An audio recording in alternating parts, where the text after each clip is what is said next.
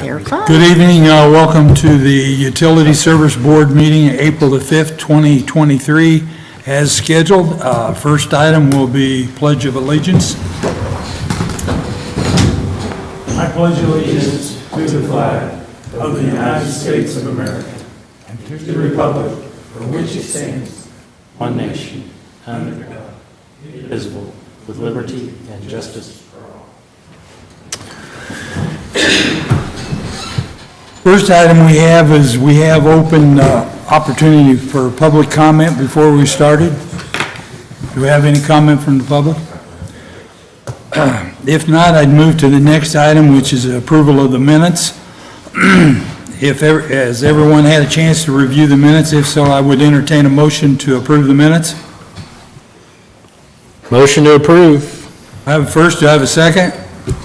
Second.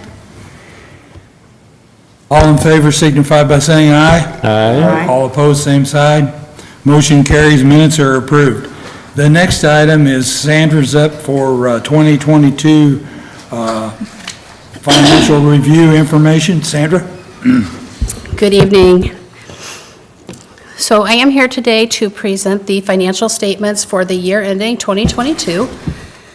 And just a reminder for everyone, because I know the first week of April seems a little bit late to get these out, but because we do full accrual accounting, we actually hold open all the way through February for any accruals that come in that we can post back to December. So we actually start this process for year end in March, and I would say within the next 2 weeks, you'll probably have January and February. So with that, I'm going to start with the electric income statement. The electric had operating revenue of $25,212,069, operating expenses of $24,924,850, for an operating income of $287,219,000. We had non-operating revenue expense of $247,507. And what that consists of is electric has one bond outstanding, and that is our 2013 revenue bonds. The balance on those revenue bonds is about $7.8 million. So we had a net margin of $39,712,000, $39,712. So a couple of notes, when I'm looking at the year end to kind of see how we're doing and to compare to rates, I take the net margin and then I add back the non-cash items. I take out the debt, and then I verify how much do we have left for capital. So for 2022, when I do that, and the calculations are up there, I won't go through them, I can provide this later. But for the electric utility, it did leave about $730,000 for capital programs. Our current rates that were set in 2012 were meant to allow for about $1 million. And our capital budget over the next 5 years is about $1.3 million per year if you average it out. So right now it's a little bit below that, but it does fluctuate. Last year I think it was 1.6 million. So as long as it averages out. Sandra, when we set rates in October 2012, what was the time horizon for that? What was the what? Time horizon? 10 years, 5 years, 10 years? What? So from a based upon the capital and all that, right? Yeah, from a capital standpoint, they look at 5 years. So they Okay. go out and do a 5-year average, and that's what it gets incorporated into the rate case. Okay, thank you.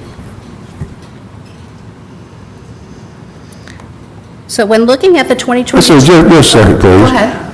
What did you say the capital needs projected forward were? So based on our current capital budget, it was about $1.3 million.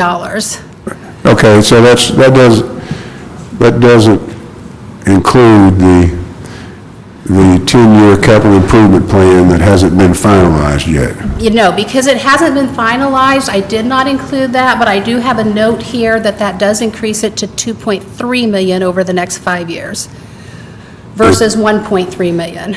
So once we incorporate that into our budget, if the board approves those numbers, our 5-year average will increase by $1 million a year. I'm glad you said that. Thank you. Yeah. All right, on our budget to actual, Our total operating revenues, we was under what we budgeted by $671,000, about 2.59%. And I did feel really good about that number, and then Aaron questioned me and said, hey, why was that? So I had to take a deeper look to see Exactly, good question. kind of why we was under. And the biggest thing I've come up with is when we did our budget projections, we did project for a 2% increase in usage. And when I look at the total kilowatts from 2021 to 2022, we were only at 1%. So 1% of that was just our growth factor. The rest, I'm going to guess, is a timing difference on the fuel adjustment factor. Our total operating expenses were over budget by 1%. And when looking at that and doing a little bit deeper of dive, because we do GAAP financials, there is a pension entry that we have to make based on our unfunded liability and how our pension turns out every year. And that will either hit us either really big in a good way or really big in a bad way. And this year it added to our expenses. So for the electric utility, it added $220,000, which is a non-cash item. It's just an entry that we have to make. So if you take that item out, we would have only been over 1.7%. So I felt like that was pretty good. And then purchase power was also over by $212,000. If you take those two numbers into account, from an electric staffing standpoint, they were actually under budget on the expense side. So that played a pretty big part in our net margin being about $900,000 less than what we expected for the electric utility.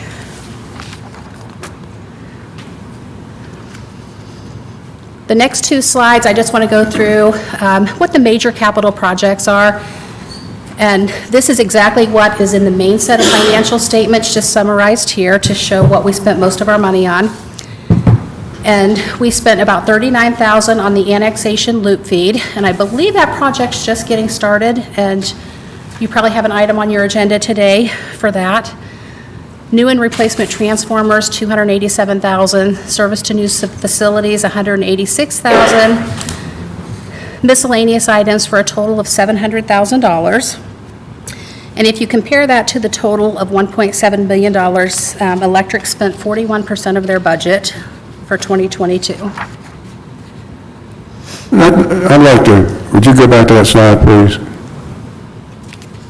In our strategic plan that we have a goal on the capital projects of plus or minus 30%.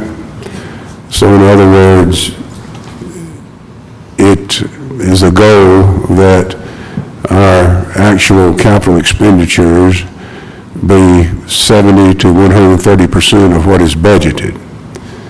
And when the mayor appointed me to this board, he made a comment that he had some concern that the capital budgeted items weren't being expended. And so I welcome the fact that maybe we're, in budgets going forward, going to have some discipline and on what we put on the capital budgets rather than what might be ideal, what can reasonably be accomplished. So I think it should be noted that this capital budget expenditure is actual to budget does not meet the stated goal, and hopefully it will going forward. Thank you. Thank you, Aaron. And I think a big part of that, I think Jeff Reno can correct me if I'm wrong, on the backyard digger derrick, I don't think we could get it in this year. Was that? No, it will be here. It'll be here this year, but in 2022, when it was budgeted, we could not get it in. Right, and we also have a line truck. Okay. And then on the annexation loop feed project, I know that project got started a little bit later than it was supposed to. I think had we had the derrick or the digger, you know, that's $230,000. That came into us early last year, and we knew it was going to be an 18-month delivery. And then the annexation loop feed, we're having all kinds of issues with regards to obtaining land, rights of way or easements. So it's, again, you put those two numbers in there, and then we're right where we need to be. I'm not sure how to flex in and out of that, though, because that's $1 million difference, and that, Right. come budgeting time, is pretty significant for us. Nope, I agree, thank you. So just a quick look at the capital history there. Nothing to note on this, other than, I think, those 5 years you see there that are really high, that was from the 2013 bond money.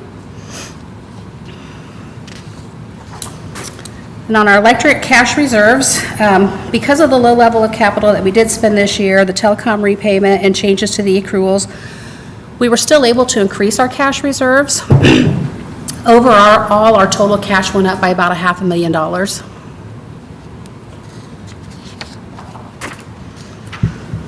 So in summary for the electric utility, financial performance, when you look at from a net margin standpoint, we were below what we budgeted. But when you take into account that we didn't spend some of the capital that we had budgeted, it kind of almost equals itself out. And again, the current rate structure was designed to provide $1 million for capital. It did only provide about $730,000 this year. Our current 5-year budget is $1.3 million that we need annually. And again, if we adopt the new capital program that I think is out in Govinda that everybody has seen, that will change to $2.3 million. We do have about 2 months of operating cash on hand, and then we have renewal and replacement of about $3.8 million. So any other questions, concerns on the electric utility? No? On the water utility, I did do it a little bit different this year. What you see in front of you is the actual income statement. We had operating revenue of $5,345,801, operating expenses of $3,763,818, for an operating income of $1,581,983. We had non-operating revenue of $248,601 for a net margin of $1,830,584. So I know there was some issues last year, just some confusion, I think, when I did the presentation. But the income statement includes everything. So availability fees are included in this. And when we do our rates, they don't necessarily include availability fees because on any given year, they fluctuate greatly. So what I did is I did an income statement, and I just took out the availability fees. So for the water, it was $419,700. And you'll see kind of why this is important, I guess, when we do the wastewater, because it is significantly different on the wastewater utility. But when I take out the availability fees on the water utility, we end up with a net margin of $1,410,884. After we add back all the... Just a second, please. Oh, go ahead. Now, the city council approves the rates, but they also have approved the availability fees. Yes. So,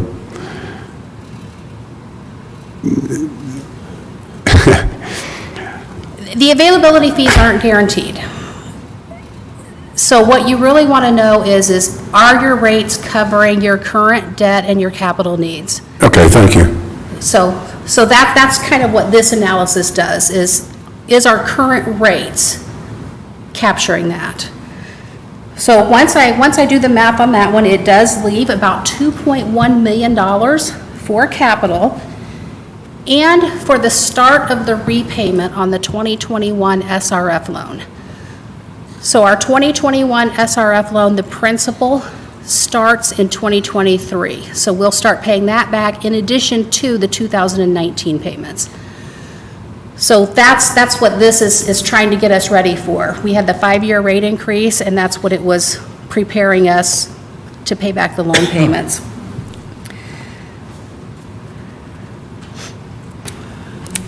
And then the capital budget average over the next 5 years is $3.6 million for the water utility. So if you look at the 2.1, it is not covering the 3.6, which is why we do the 5-year cash analysis to see what we believe we're going to get in availability fees that will help offset that.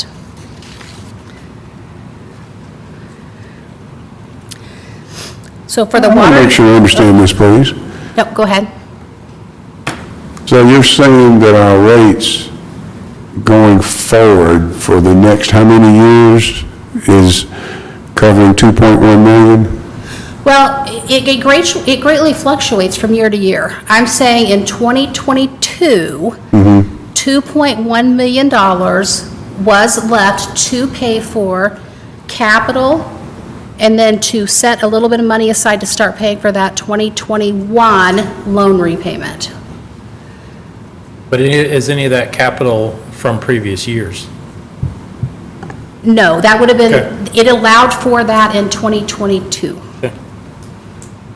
But you said 2.1 is not equal to 2.6. Explain that again, please. Or did I hear it wrong or misunderstand it? I think maybe you misunderstood, I'm not sure. Try again, please. What I thought I heard is that The 3.6. 3.6. So our current 5-year average is $3.6 million a year that we need for water.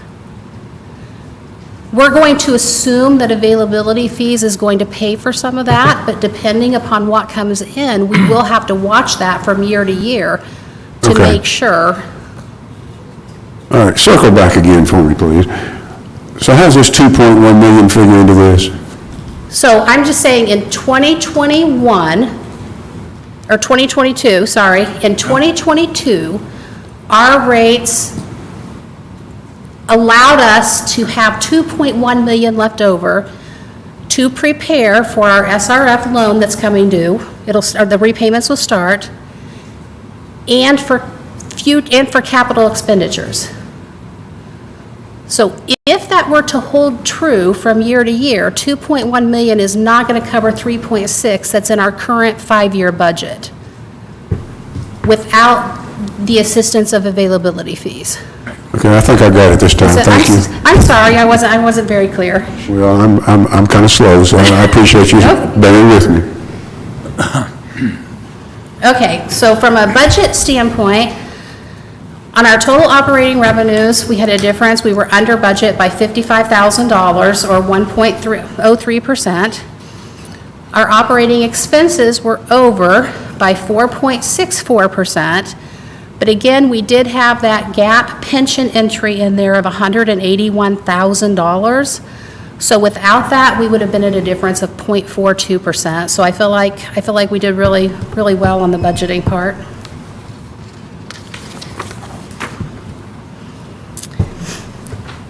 On the water utility, your major capital improvements was Abner Longley Water Storage, $5,380,421. We had $224,000 for AMI, $31,000 for ULIN, $7,000 for Air Release Program. So in total, we spent $5,679,130 out of $7,859,767, which is about 72%. Back up for a minute, one slide. For Abner Longley, Ryan, does this assume the cost of the generator in there and what's left?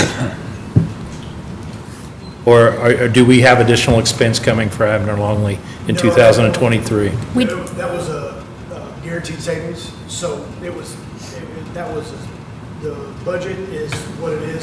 Even if it were to go over that, we would not pay that. So- Understand. So it's all included, everything's included in there.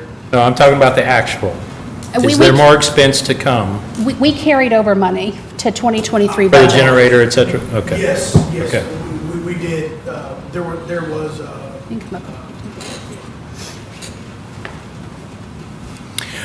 after everything's said and done, there is money left over, and we actually met recently to discuss some capital improvement projects that are on 2023, as opposed to, the state prefers using the money available as opposed to giving it back Right, right. paperwork-wise. So we have a couple capital improvement projects that we're going to be able to, one, completely the Edgewood water main relocation, the Edgewood Bridge. We're going to be able to hopefully take care of that, and then an additional project, partially take care of that with the money that we have left over in that project. But that's something that we'll come to the board with to make sure that that's the direction that we do want to go with that. Okay, last clarification, maybe I didn't ask it right. Is $5,380,421 our final expense for Abner Longley? No, there's some minor things that we're still trying to get taken care of, but it's very, very close. I don't know the exact, where we are exactly now, but based on our last, it's been a while since we've had our last, couple weeks since our last progress meeting, but that is a very, very close number to it being completed. I You're apologize. talking punch list items, not a generator. Yeah, it's just punch list items and just some very small costs. So you're not going to So- cover the so- budget item? The Oh, budget item. no, absolutely not. We are well under, 6 figures under, when it would be all said and done on that project. Is this the proper way to look at it? We had a guaranteed savings contract that resulted in $1.3 million of savings? No, when I say guaranteed savings, I was just making sure that Well, we had that type of contract. BOT.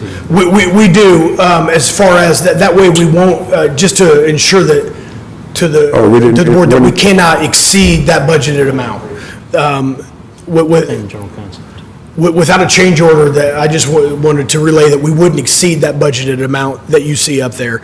So, but we are. Okay, did the water storage project come $1.3 million under budget? No, I'm not sure what that number is, but it's not, that's not a final number. Okay, thank you. Well, is it close? It is close, but I'm not sure what that final number will be. Well, I think $1.3 million of under budget is worthy of a little bit of celebration if it's close. Well, I won't celebrate till it's completely done, but it will be cause for a celebration no matter what, I think. Bowen and BFNS and staff have done a great job of keeping the cost on that very low. Thank you. So that's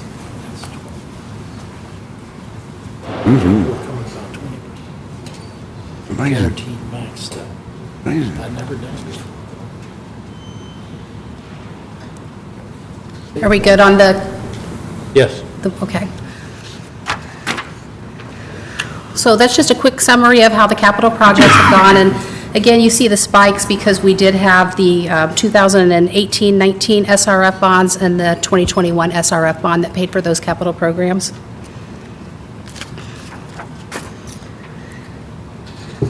There's a trend for our availability fees, and you can see over the past 5 years, they've been as high as almost $700,000 and as low as almost $140,000. Currently, very little have fallen under the new rates because a lot of subdivisions and stuff like that did still have the old rates locked in because they had paid half of their fees. So I think that will increase over the next few years just because of the difference in the rates. We did budget about $153,000 and we did get $419,000. How much of that have we spent? On the water utility, I believe the only thing we had marked was Fordyce Street to be paid for out of those funds because of the large projects that are coming up. So I would have to look and see how much of Fordyce came in at the end of 2022 to be able to tell you that. What's the balance? Then that's wastewater. So on the water, I don't think zero. I think it's waiting on the larger projects. So what's the water availability fee fund balance? The water availability fee fund has $3.2 million. And so I'm so sorry to go back. When I said guaranteed savings, I meant guaranteed maximum. So when I was explaining the budget, not guaranteed savings, that budget cost on Admiral Longmead is a guaranteed maximum based on what we did. So it would never go over, it can stay under, and that's our money, but it would never go over that where we would be out of money, barring a change order from the board. So I wanted to explain that. Sorry, I got the two confused, but it was a guaranteed maximum is what I was trying to explain. So on the wastewater, the availability fee balance right now is 3.2 million on the water, and on wastewater, it's 1.1 million. Thank you.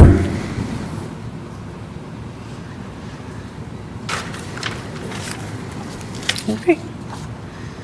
So I guess I can go back to that slide. Since the majority of the capital that was spent was the SRF loan fund, so 5.3 million out of the 5.6 million that was spent, our cash reserves were able to increase. Oops. Sorry, I'm going the wrong direction. There you go. So about 4.2 million in the reserve account. So overall, from a water standpoint, we feel like it was above budgeted expectations. Our net margins have stabilized following the rate increase, allowing for those additional capital improvements, as well as the repayment of the SRF loans. 2022 was the last year of the 5-year rate increase. So, and that was about 9% a year for 5 years. The rates were built to allow for about $758,000 in capital. They did allow for just over $2 million, but again, our current 5-year is at $3.6 million. So depending on what happens with some of the other fees, we will have to watch what we spend or what we approve throughout the year. Yeah, okay. My observation is that in our next budget, the 5-year capital budget may be somewhat less, but that's just my opinion. Thank you. All right, thank you. All right. Now, any other questions on the water? Okay. On the wastewater, if you look at the income statement, we had $5.6 million in operating revenues. Our operating expenses, $4,845,463, for an operating income of $753,186. We had non-operating revenue of almost $1.5 million, for a net margin of $2,223,475. So when you look at the non-operating revenues, we do have availability fees in there of $388,000.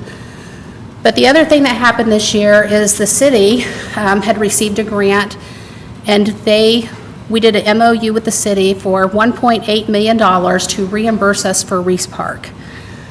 So from an accounting standpoint, as that money comes in, we have to count that money as revenue, and then it'll end up being contributed capital. So it makes it look like we have a net margin of $2.2 million, when the reality is if you take that contribution out, and you take the availability fees out, and redo the math, we're at a net margin of $374,000. Our non-operating revenue and expense there is 2 bonds that we currently have for the wastewater utility. It's a 2014 bond and a 2018 bond for an $11.3 million in debt. The 2014 bond will be paid off in July of 2025, so we will be down to just the 1 bond after that.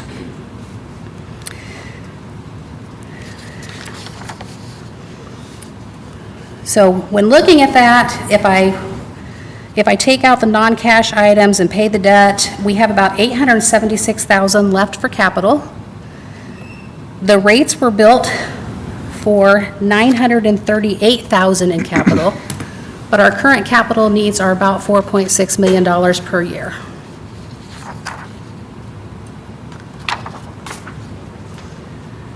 When looking at the budget, our budgeted revenues were under by just $1,222, so we felt like that was almost perfect, not quite, 0.02%.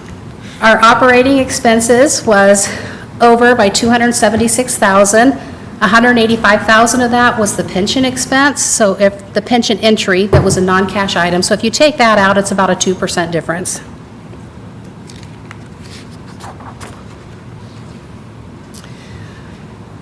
The wastewater major capital improvements, and this one's a little tricky to explain. Let's see, I'd like to, Oh, go ahead. I'd like to cycle back. I noticed we're at 6.606%. Yes. Excess there, that $472,146 were paid more than budgeted for wastewater engineering fees. So that factored in. Yes. Okay. Just wanted to make note of that. Okay. And we had some pretty extraordinary engineering fees that I guess were leap-driven that impacted some. And that's actually not what it was, Aaron. That's actually not what happened. So what happened, so 300,000, so we did probably have some extraordinary fees because 300,000 is not 500,000. About 300,000 of that was a system evaluation that we paid money on for over 4 years, and I think the last payment was in 2021. We needed to close that project in 2022, and we did not have a place, an asset really to attach it to, so that ended up hitting an expense line item, but the cash was actually paid out over a 4-year period.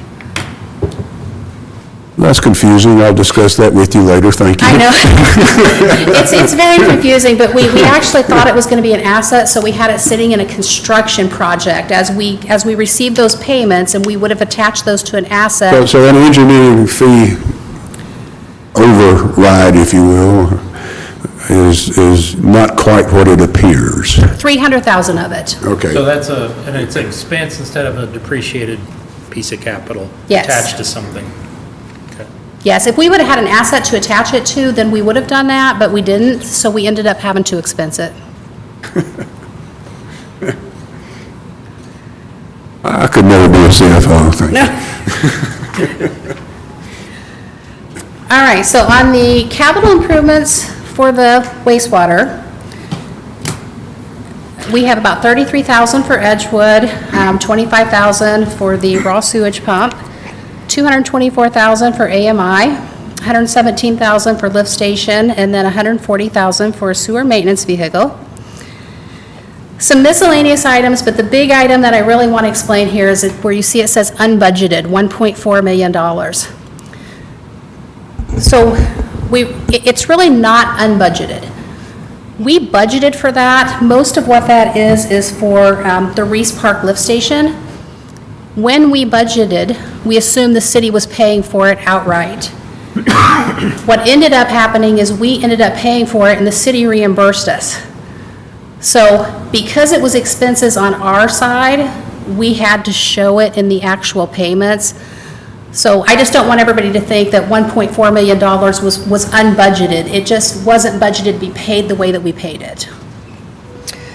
So Go ahead. when it comes to determining the percentage of actual to budgeted capital expenditures, we should go ahead and divide that 2.06 million by 2.68 million, rather than deduct that 1.4 million from the actual.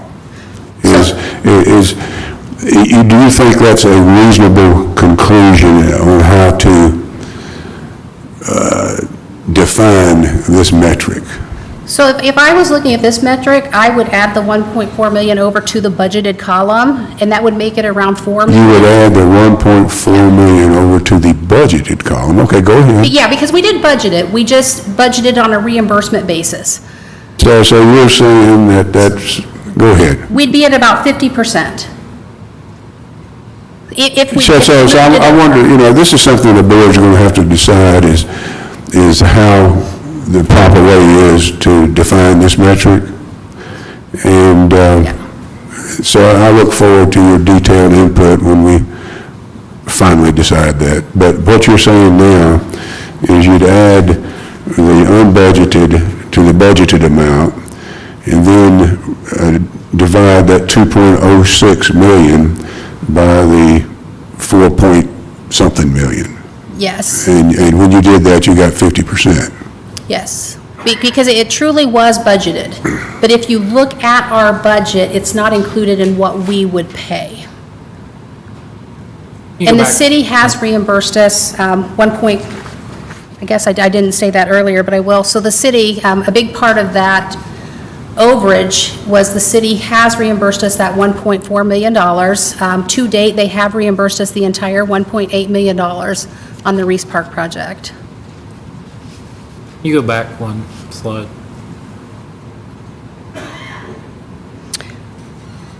So the 128 that you see as Reese Park was all that we budgeted that we would pay.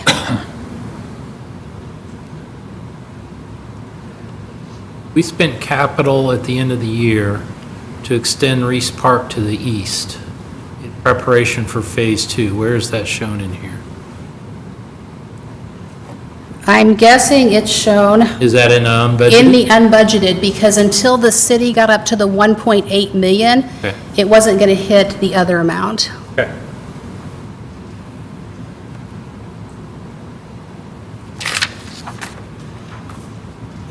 All right, it's just a quick graphic just to show you a little bit of history on our capital program. On the availability fees, we did budget 180,000 and we got in 388,000. And again, you can see they're as high as 550,000 and as low as 86,000.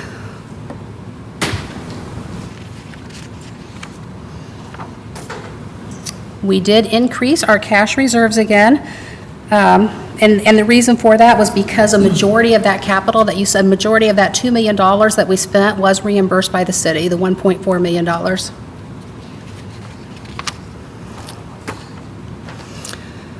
So we do feel like the financial performance for the wastewater utility is above budgeted expectations. Net margins are still at a healthy level. The current rate structure was designed to provide $938,000 for capital improvements. They did allow for almost that, about $876,000. However, looking forward, we do have about $4.6 million in capital improvements on average that we do need to cover. And again, hopefully, a lot of that will be out of availability fees. And, thank you.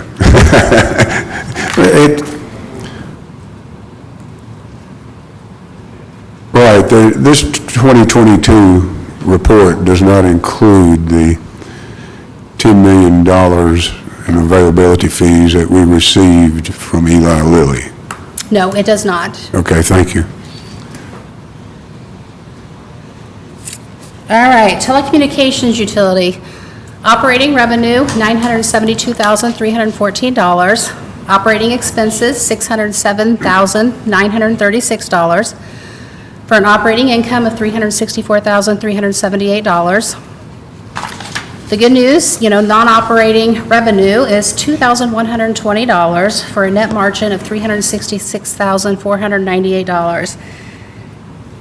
When you add back the non-cash items, it does leave the telecom about $446,000 for debt and capital.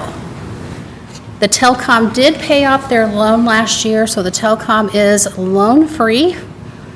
So the last $300,000 was paid at the end of 2022. So that's actually fantastic news for Seth if he's here anywhere. From a budget. So we should see that reciprocal bump this year then, right? No longer paying debt, so we have. So, yeah. What should happen is his cash balances will start growing because Right. every year we was making just enough of a debt payment to kind of keep his cash levels Right. stable. So his total revenues were over by $2,117, which is 0.22%. Total expenses were under by $61,528, or 9.19%.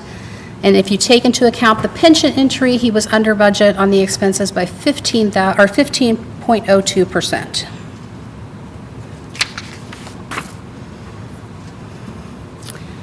And as far as capital additions go, it was probably a very light year for telecom last year. They spent $11,000 out of the $117,000 that was projected to be spent, which is about 9.5%. You good with that sheet?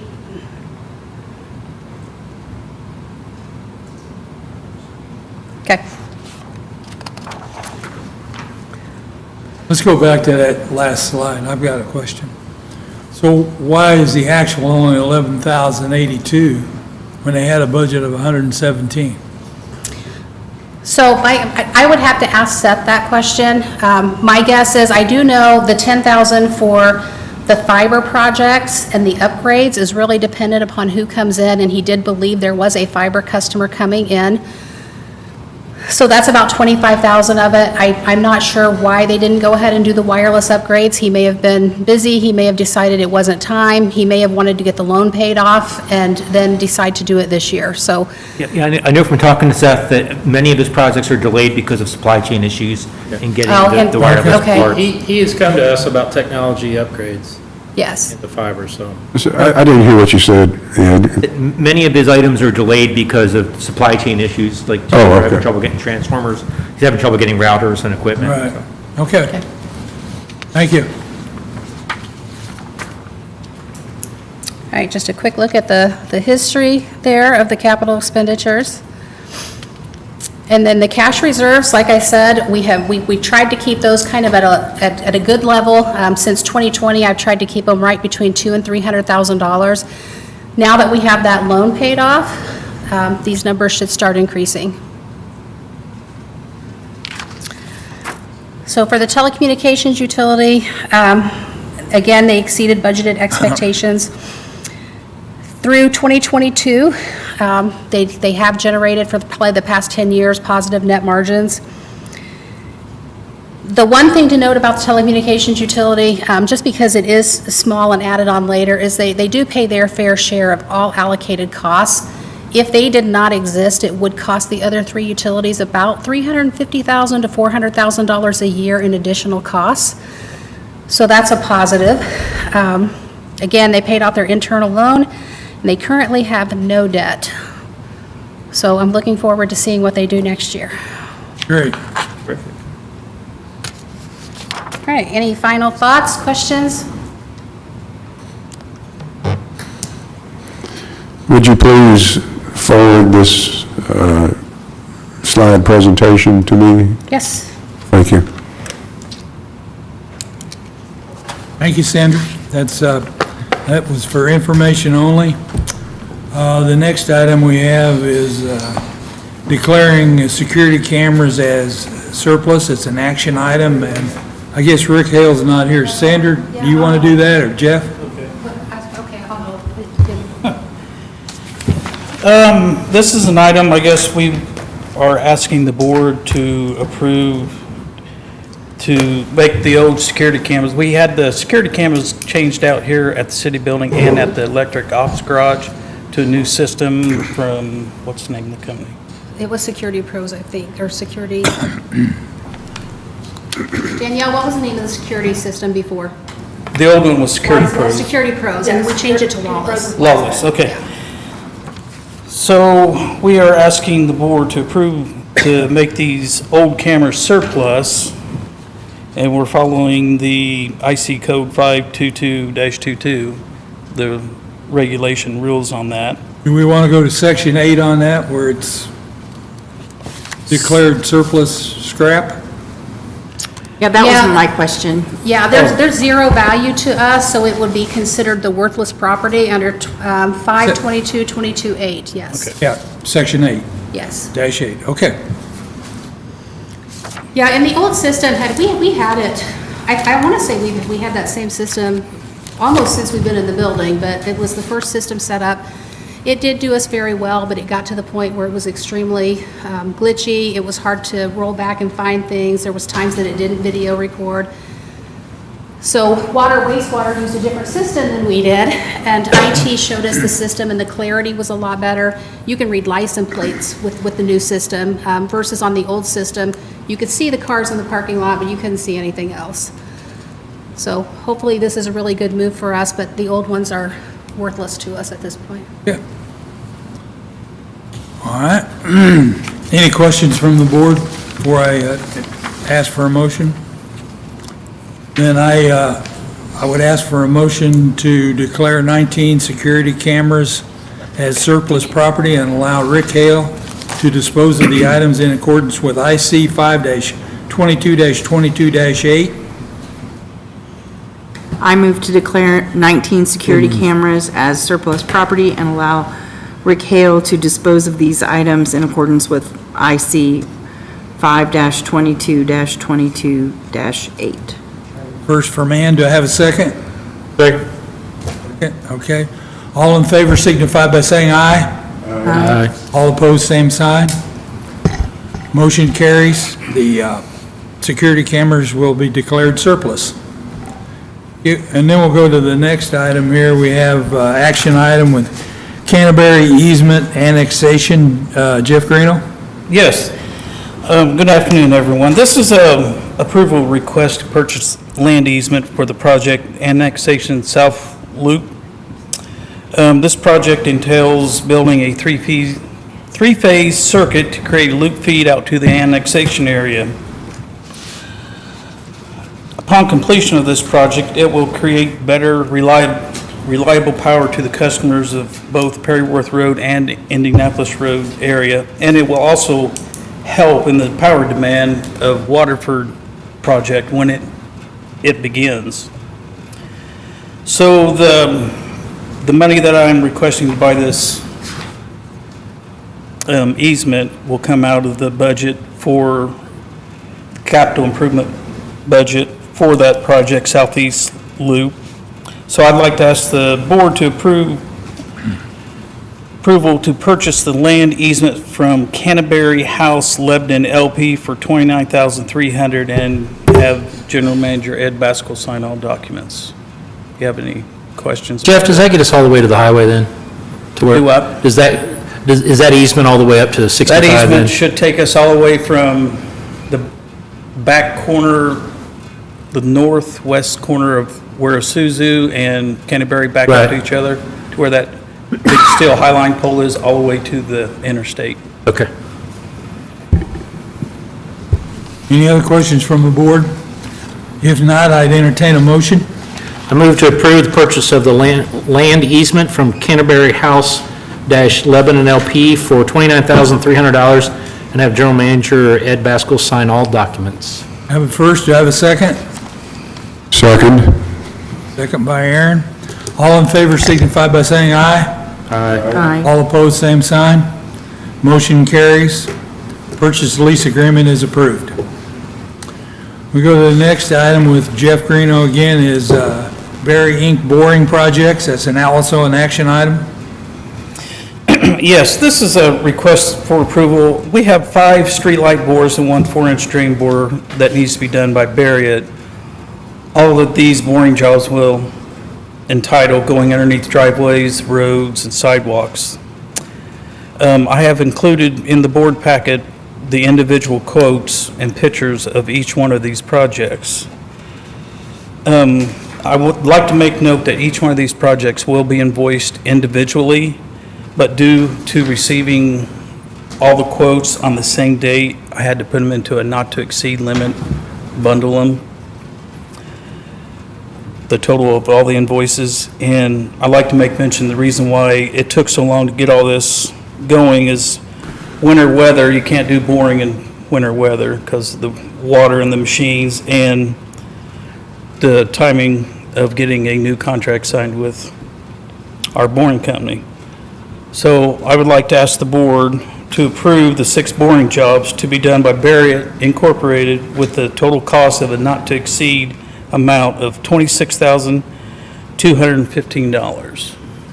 What's the time frame on these projects? Are they going to be done pretty much all at the same time, or consecutively? How's I that? would say, Barry, when they bring in their boring machine, they'll probably do all these within a few days, because they won't want to, drag equipment back and forth every day, so they'll probably bring in the equipment in and do every one of these jobs. Okay, so it's separate invoices, but the Right. payment will likely be paid out close in proximity, in time. Yes. Because they don't want to keep egress, they don't want to keep coming in and going out. Right, Okay. so Any other questions from the board? If not, I'd entertain a motion. I move to approve the 6 boring jobs to be done by Barry It, Inc., with a total cost not to exceed $26,215. Have a first from Tim, do I have a second? Second. Second from Ann, okay. All in favor signify by saying aye. All opposed, same sign. Motion carries. The amount to approve the 6 boring jobs to be done by Barry Inc. with a total not to exceed $26,215 is approved. Then we go to the next item, which is sewer collection vac truck. That's an action item. Ryan? Good evening. This is a request to approve the purchase of a new vac truck for the sewer collections department. This truck was properly advertised with the help of BF&S on February 28th of this year, and then again on March 7th in both the Indianapolis Star and Lebanon Reporter. Based on the advertised request for a proposal, we had 5 companies that did obtain the plans, and we were able to get 2 that provided bids for us.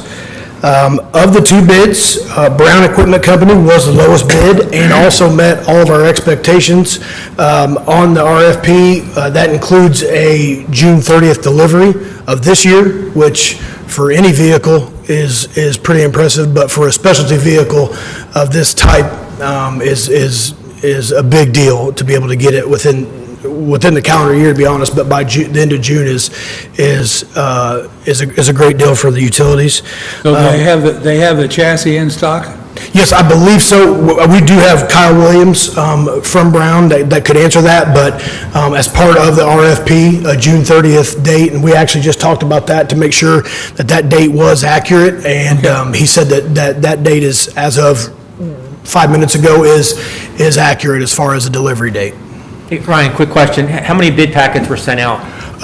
We had a request for 5, but with this type of vehicle, if it's a F-150 or something like that, totally different process. But with this specialty vehicle and our needs, I will say behind the scenes, we had at least 5 demonstrations from different companies that they came in, and our sewer crew went through the demonstrations with them, saw all their attachments, saw everything that they could offer to make sure that we got what we needed, because there's so many add-ons and options for different scenarios and different systems. So our crew did a great job behind the scenes of going through numerous demonstrations with numerous companies, reaching out to numerous companies that are in the industry and getting those demonstrations, so they knew that what they wanted was going to be, we didn't want to purchase something that we didn't need, or get a vac truck where we needed something but didn't know it was an option. So they kind of did a lot of the legwork behind the scenes to make sure that we got what we wanted, and we really were able to refine this RFP before it went to BF&S, to where BF&S just had to do some administrative stuff for us. And then the nice thing about them sending out the advertisement, they also take care of any technical aspect questions or any questions on the bid package, so the guys in the field don't have to take time away from being in the field to answer any of those questions. So that's a great help for us, and it also ensures they've done a bid on a vac truck, some vac trucks before, so they also ensured that we followed all the state laws, guidelines, open door, closed bid, sealed bid policies, and there wasn't, everything was was per code and per, on the legal side of the situation, and nothing fell through the cracks. Well, we just want to, I mean, this is a lot of money, this is over $500,000, and we want to make sure that you're getting what you want, but at the same time, we don't have 3 bids. Yes, and like I said, we did have 5 that reached out to get the proposals, and unfortunately, we did only get 2 bids, based on, I don't know why the other 3 did not put in a bid. I don't know if it was delivery date, because the June 30th was in there. However, there are options to where if part of the if they can't meet part of our specs, they can put a mark in there, and then they can also respond to that by saying, can't guarantee June 30th, but we can try, can't guarantee this attachment, but we have an alternative attachment that basically does the same thing. So just because we put the specs on there, and if a company couldn't meet all of those, our second bidder didn't meet all of them, but they put in kind of an explanation of why they couldn't and what they had as an alternative, companies can absolutely still submit. We would just, it wouldn't be an apples to apples, so then we would have to make a decision, hey, for the cost difference, is this what we want? Or do we want to stick with what we have? So we would, it doesn't disqualify anybody from putting a bid in. Ryan, what's the driver of June 30th? I'm curious. That was just a time frame that we felt that with the issues we're currently having with our vac truck, we wanted to be able to, when the dry season came along, we wanted to be able to take advantage of having that truck in. And when we talked to those in the demo, the crews felt like that was a number that was, from the majority of them, was a milestone that was pretty realistic. It wasn't just a number that we threw out there. It was based on some feedback that we got during our demos. What kind of warranties are we getting? On the truck itself, that I'm not sure of. I don't know if Kyle wanted to speak on that. I don't know if that's it may be in the, I'd like to hear him speak on it. Pardon me? I would like to hear him speak on it. Oh, yeah, Kyle, if you could come up and speak on that. I do want to add that training is also included in this. So upon delivery, there's a training process for the staff, so it's not just, here's the keys and good luck with it. That was for both bids? The training was for both bids, on both bids? Well, I don't know if the other bid, but the proposal that I'm asking to be accepted does have training included. The lowest price does have training included in that. Hi, again, Kyle Williams, Brown Equipment. Warranty, your 1 year, basically standard warranty on everything. Some specialty items like the debris tank itself, which is probably the most important aspect, is a 10-year warranty. Your water tanks, which are an expensive replacement, are a 10-year warranty. And that's everything on the chassis, on the body side of that. Your chassis, and this one I think is a Freightliner 114. I think that you're a 1 year warranty on the Freightliner, the Cummins engine, the Allison, everything through Freightliner. Just a 1 year warranty on the chassis? Correct, yeah, and that's through Freightliner, whoever the chassis manufacturer is. We unfortunately don't have much to do with that. But you have that in stock? We have, yes, we do. We've ordered Brown Equipment, we represent sewer equipment. We have a very large order once we saw the chassis delays coming. In the past few years, we've ordered lots of them, 100 at a time, hoping to get as many as possible, and these are slated. So if you were to order one today that didn't have a date, a due date on it, you'd be about 18 months out from that. And that's mainly chassis delays. So you have it on order with a due date? Correct. You don't have it in stock? It is already in stock at the sewer equipment where they're built. It's not scheduled to go into production until late May, which should be able to get you a June 30th deadline. Maybe a week earlier, but we can't guarantee. Any other concerns from the board?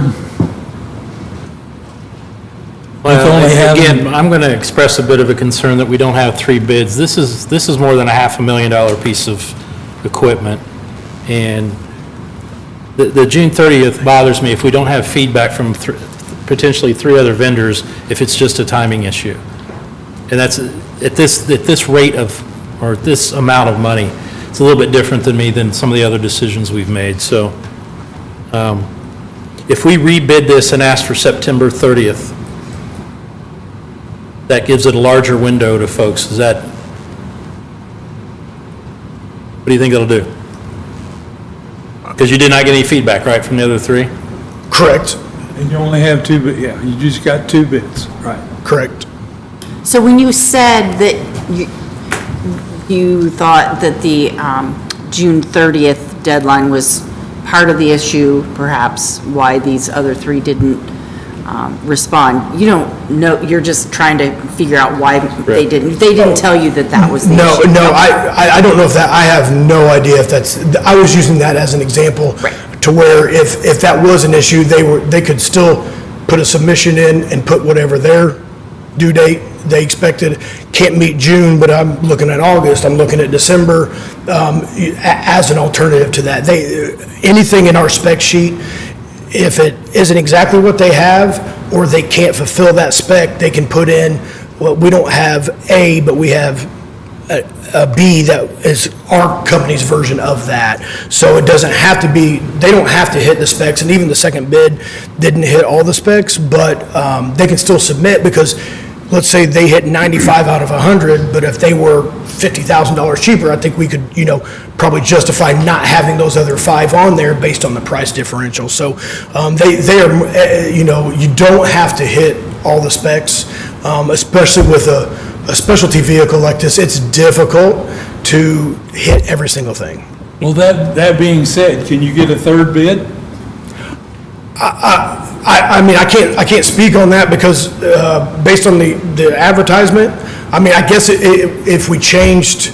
Hey, Ryan, can I ask, I guess a question for Kyle? Because I'm assuming that he goes to municipalities and he's probably sold several vac trucks this year, and I also assume he has knowledge of his competitors. And can you tell me just how many bids you're used to seeing people get, and why some of your competitors might not be able to deliver what you've delivered? Usually 1, 2, or 3 max. Rarely does everybody chime in. It's being such a specialty unit. It's not something people stock. We do sell a lot of them, which is why we stock so many of them or order so many of them. But it's not rare to see only 1 or 2 in the past. To be honest with you, we don't see a lot of bids anymore. Lots of people will do a Sourcewell procurement process where they're basically piggybacking off other bids that have already been done before. So public bids, 10 years ago, we saw 50 of them a year. This day and age, we usually see 3, 4, or 5 a year, and most of them purchased through something like Sourcewell. That's a governmental entity that allows you to purchase based on a bid that's already been done, and you're just piggybacking off those numbers. So our bid actually was priced via Sourcewell pricing, which part of the reason they do that is they guarantee I think it's a 3% discount off of what the MSRP is. So you did get that. Even if you were to try it again and go through a Sourcewell purchase, our number would be that Sourcewell purchase for this specific vehicle. Well, one question, the bids are so close. Yeah, that's wild. That's rare to be that close. So, and that might have something to do with the Sourcewell pricing too. I mean, everybody's Sourcewell pricing that we're talking about is exposed numbers, so there's nothing we can do. We can't add money here to any specific line item. So a lot of people's numbers are already out there. Especially this day and age, it's more on availability if I have to wait 18 months or if we can get something quicker. And the beauty of not waiting 18 months is our pricing's set.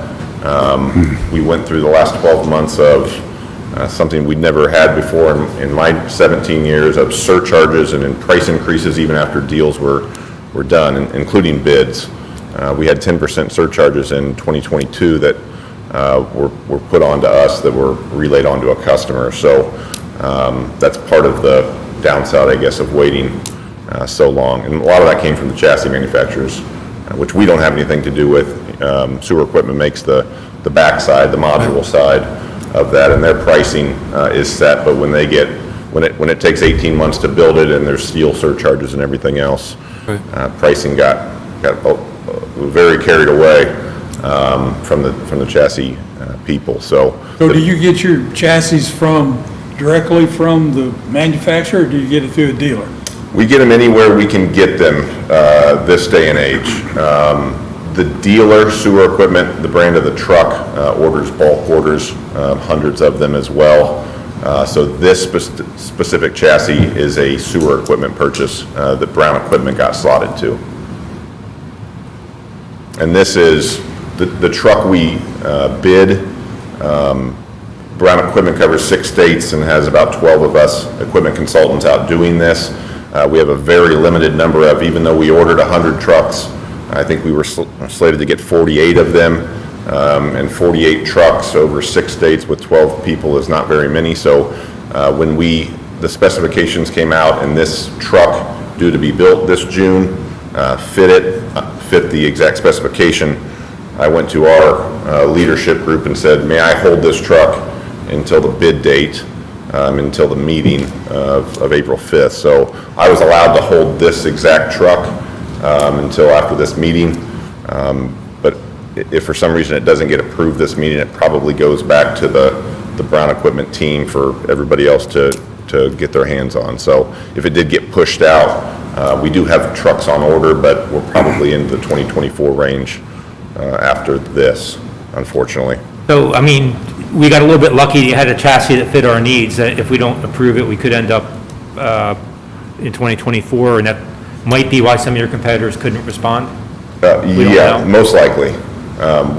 There's a lot of investment that goes into ordering 100 trucks, and luckily we sell a lot of them, and we have, and we've got ownership group that is willing to invest that, so we have a good amount coming in, but most of them are spoken for and slotted for different communities basically throughout this year. We'd probably be into early 2024 at this point if we were picking a different truck.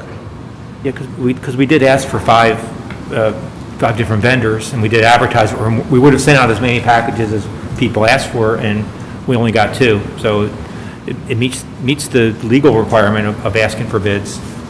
And there's not a dozen, I mean, there's not a lot of, I mean, you're 5 kind of max manufacturers and dealers and service centers around you. I mean, there's not, I was surprised actually 5 came, because there's really 3 or 4 of us dealers with service centers around you that do this sort of thing. So, again, it doesn't surprise me that you've only received 2, but it wouldn't surprise me if there was only 1, especially because somebody doesn't want to throw you an 18-month due date with a big asterisk that says could be surcharges could be due. And with a bid, I don't know how it works, but it might lock in pricing so that if they did bid a truck, you might be able to hold that dealer to the feet to the fire with that pricing. But if it takes 18 months and all those surcharges come through, they're going to have to eat that. So that might be tough for them to take as well. Just my opinion. Yeah, I don't want to put Jeff Greeno on the spot, but I think he has not a vac truck, but a line truck that's 18 months out. Is that right, or? Yeah, we had to order it first of last year, received it until second, third quarter this year. Yeah, it's very common these days. Especially with chassis, It's all chassis. Right. Sewer Equipment's able to produce as many as we can right now. They're not maxed out. It's how many chassis can we get in. Right. Yeah. This happened about 2 years ago. It started in the city of Lawrence, was one of the first ones we saw, and they ordered a specialty build, and it was an 18-month build with a 10% surcharge built in, which is hard to take, especially when you're talking 500,000. 10% adds up pretty quick. So that's when we regrouped, put in bulk orders, and played the game of, we have 48 here. If you want one, we need to get our name on one, and it'll be due in June or August or next March. So. I have a question for Ryan. Can you just briefly, I'm not trying to prolong this, but I'm trying to get educated here. Can you educate us as to the need? Like, where are you with your old vac truck? You said something about it and the timing and kind of wanting it by June. Could you maybe expand on that a little bit for us? Oh, absolutely. Last year, for example, that vac truck of the 12 months was out of service due to mechanical issues for 6 of those 12 months.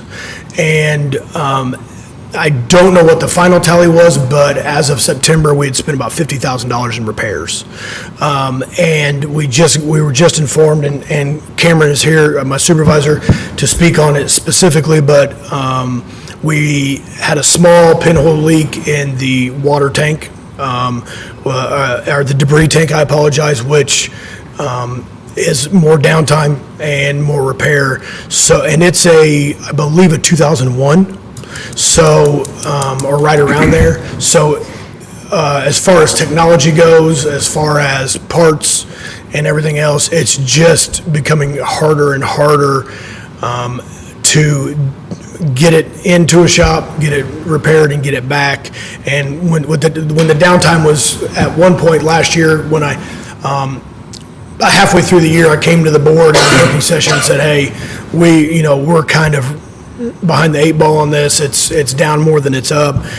When we decided to kind of move forward, because we knew that at that point it could be a 18-month to a 24-year or 24-month process to get that. And I will say that on the second bid, the higher bid, they did have an asterisk that there are potential surcharges in that.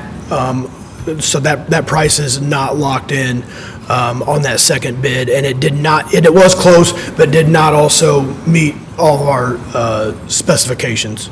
That being said, also, you said you wanted to keep the old vac truck? We don't know, we really don't know what the options are. You did do a lot of legwork also behind the scenes and looking for a trade-in. I can't, we can't get a lot for it, but I can't see keeping it if it's gonna be a maintenance nightmare. No. So I would rather see what we can get for it and just move on from that, but I just didn't, wasn't sure what we wanted to do with it. Okay, well, just keep that in mind. I don't want you just to keep it. Oh, no. If it can't be used in any other departments and they would want to accept the as-is scenario and have some repairs and some money invested, to have to invest in that I to get it up. recommend we just surplus it. Yeah, I think that we probably just count our losses on that, and we've kind of got our money's worth based on the hours and the years old it is. Okay. So I'm 100% ready to move on from that truck, and it takes up a large footprint, whether it's in a garage or sitting outside, so I would rather see it gone for sure. Okay.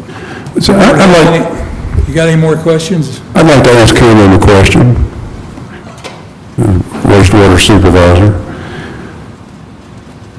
Is the new truck have an operating capability better than the old truck? In other words, can we get more suction for our buck? One of the selling points for our department that we liked about the truck is you're able to run it in neutral, operate it in neutral, towards the other trucks, you have to engage the parking brake, shift it down into drive, and then engage the work mode, and then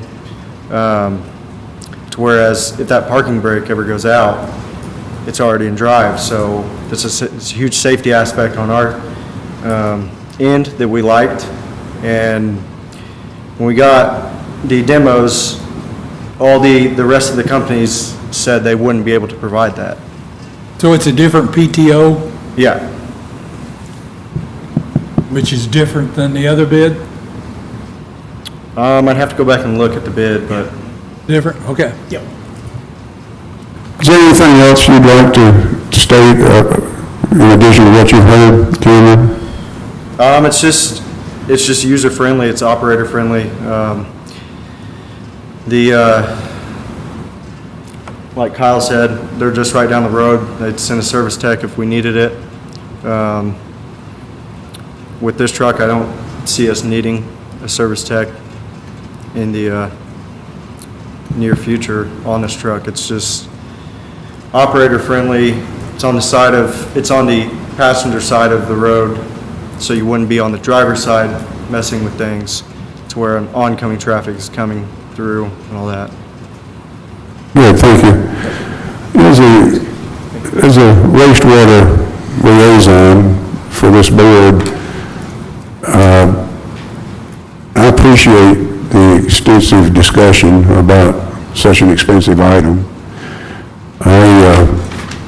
I'm not dissuaded by the lack of one bid on this specialty item, and if we're ready to do so, I'm ready to make a motion to approve. Does the board, anybody else in the board have any issues before I ask for a motion? Okay, then I would entertain a motion. I move to approve the purchase of a vacuum truck from Brown Equipment Company in an amount not to exceed $562,377. I have a first from Aaron. Do I have a second? Second. Second from Ann. All in favor signify by saying aye. Aye. All opposed, same sign. Motion carries. The approval of the purchase of the vac truck to Brown Equipment in the amount not to exceed $562,377 is approved. Thanks, everyone. Thank you. All right, we'll move to the next item, which is approval of the claims. Has everyone had a chance to review the claims? If so, I would entertain a motion. I move to approve the claims payroll transfers dated April 5th, 2023 in the amount of $679,759.18 for claims and payroll and $163,727 for transfers. I have a first from Tim. Do I have a second? Second. Second from Ann. All in favor signify by saying aye. Aye. All opposed, same sign. Motion carries. Claims are approved. And we go to the next item is any other business that may properly come before the body of the board. I think Jeff Greeno has something to say. Yeah, I'd like to give an informational update. Saturday morning, Lebanon Utility Electric Department responded to a mutual aid call from Frankfurt Electric Utilities. So we sent crews Saturday, Sunday, Monday, and Tuesday up to Frankfurt to help the community get back in power to their customers. So I'd like to give a shout out to our electric department utility workers who went up there to help a fellow community in time of need. Excellent. Also, I would like to mention today, we had some issues here in Lebanon with the power, and I'd like to give a shout out to them. They did a great job of trying to keep the power on, and everyone else involved. We had the meter shop involved, we had the uptown office, all the ladies up there helping us answer phone calls and everything, so I'd like to thank them all for all their help today. And I just like to tell the public, you know, sometimes we have to make a quick decision on shutting the power off, and we're unable to notify everybody, and we do that because it's a safety issue. So I just want to tell everybody, you know, please bear with us, and we do our best. But was there a significant amount of time with a power outage today?